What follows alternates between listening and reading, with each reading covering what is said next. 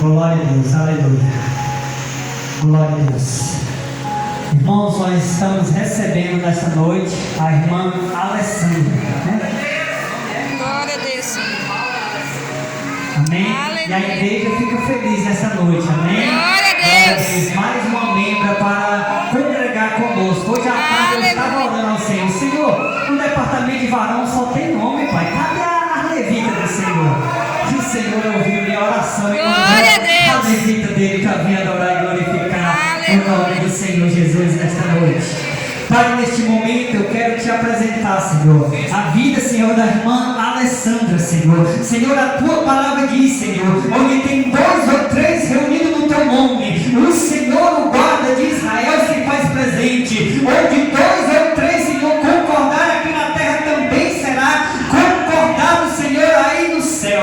Senhor, neste momento, Pai, eu quero ligar, Senhor, a tua serva, Pai, ao corpo de Cristo, Pai, de boa esperança, Tamboril, na Igreja Batista Monte da Fé, Senhor.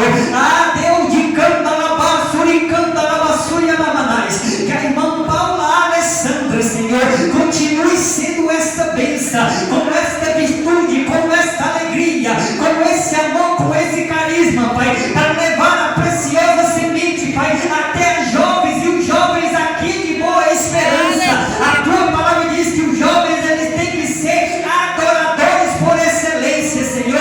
Eu quero abençoar nesta noite. Ah, Senhor, e a igreja do Senhor estará alegre, Pai, porque a tua palavra diz no Salmo 133: é com bom e suave e agradável é que os irmãos eles vivam em união. Eu quero abençoar a vida dela, que ela continue sendo esta bênção, esta dádiva do Senhor, sendo lapidada, levando a preciosa semente, indo por todo mundo e levando a palavra do Senhor. Graças nós queremos te dar por a vida da irmã Alessandra, Pai, em nome de Jesus, amém. E as palmas louvam e agradecem ao Senhor. Pai, Senhor, seja bem-vindo em nome de Jesus, amém.